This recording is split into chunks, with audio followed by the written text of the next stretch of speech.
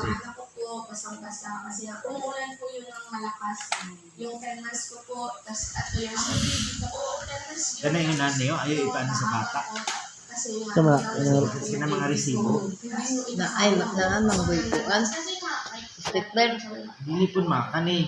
Ano mismo kay naanak sa mga hazardous.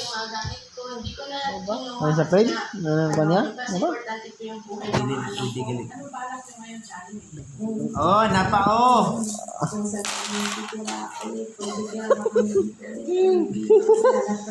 Ipatayin ako ni Mama Lulali mo. Ay, sa una pa niya, Davao pa ka, dili. Hindi na. Dito po talaga yung bahay namin ito po. Sinaanan niya naman. Buong bahay, tinangay. Walang natira. Ano yan sa bahay mo? Gahi ko no. Ag 20 gahi ko no. Ay, nalanak ka ng gahay ka na, nalandali. Alas 4. Nga, gi. Buong buo talaga. Na wash out yung bahay, no? Yung bahay, hindi ko ito ang bahay ko. Opo. So may bahay dati dito. Oo. So yung bahay dito. Wala na. Wala na. Wala ka rin sa ano, syempre. Oo. Ay mga anak mo. Oo. Pagkasabi ko nga yung mga gamit at saka ano. Gi. Kapoy na. Gi, kwaon niya na ba pa yung balik? Ano, nagulat kami sa mga laban. Gi, sulod. Laban sa ilog. Dahil, ayo. Kasi wala Sige. natira sa mga damit nyo. Kumukuha na lang kayo ng mga Dahil, magkita yung 20. Una oh. Gi, sulod. Sunod na. Oh. Ito yung mga gamit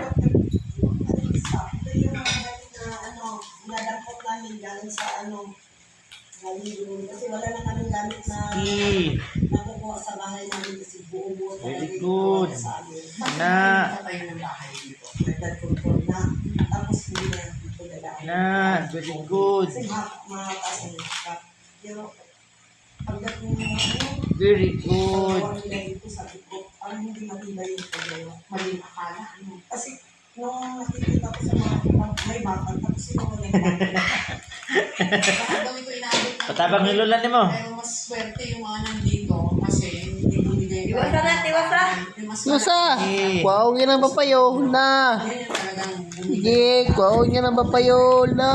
Nitong Nobyembre lang natapos, napakinabangan ng mga residente ang budget. Ang inilaan po ni Patigil ka, Pigo. 96.5 Sa airport, kanina na? Pero parang maning-manila, talba siya.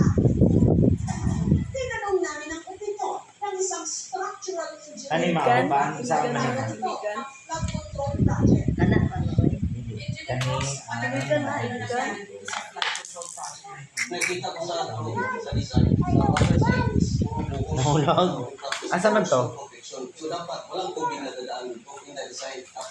Uy, bukat naman yung baboy, day-day. Kaya nawasak. Bukat naman yung baboy. Flood control project. Kung Sige. mismo. Tama po kaya? Kwaon niya ng papayo ng baboy. Sa kabilang side. Hindi ka po yun. Hindi ka po yung sulod. Gi, Connection ng lupa. Apoy. Hanggang dito rin po. sulod ah. Problema. Hindi kasi Ikaw po yung sulod siyang baboy. para sa tubig. Hindi ba nila na-consider yung mga gano'n na dapat nilagyan na rin nila ng bakal dito? Kasi may possibility na dumaan yung tubig dito rin sa side na to. Yun hindi ko. Hindi na nila ginawa. Kasi doon parang may ano may bridge, may opening doon. Oo, yun nga kasi Kung hindi walang na opening, natapos yung bridge. walang opening doon, siguro safe. Saan eh? Saan eh? Martes, nagtungo si DPWH Secretary Vince Dizon sa barangay ng Duro. Wait, flower? Ibig kasi. Or, sulay ka ka white flower. Iso, halang nga white flower, dili. Ang white flower na ako ka na mag-travel ko tapos inom tubig. Sagol. Sana kabuhi doon. Aba, Patuluan.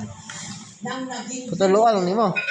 Isa ka basag doon eh. Patuluan ng isa ka pata. Talagang wala. Talagang may space.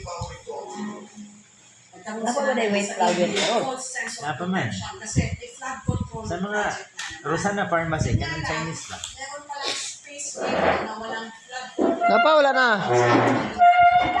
Napa? Tapos, Eh, sulod diha. Ah, tumaas yung yung ilog at saka yung baha na rin, pumunta rito, gumawa ng sarili pang daan hanggang niragasan niya lahat ng mga nasa ng flood control project, kabilang na yung bahay ni Ananet at ni Charlie. 150 meters lang ang layo sa mga nasirang dike ng Kigsuotan Bridge taong 2020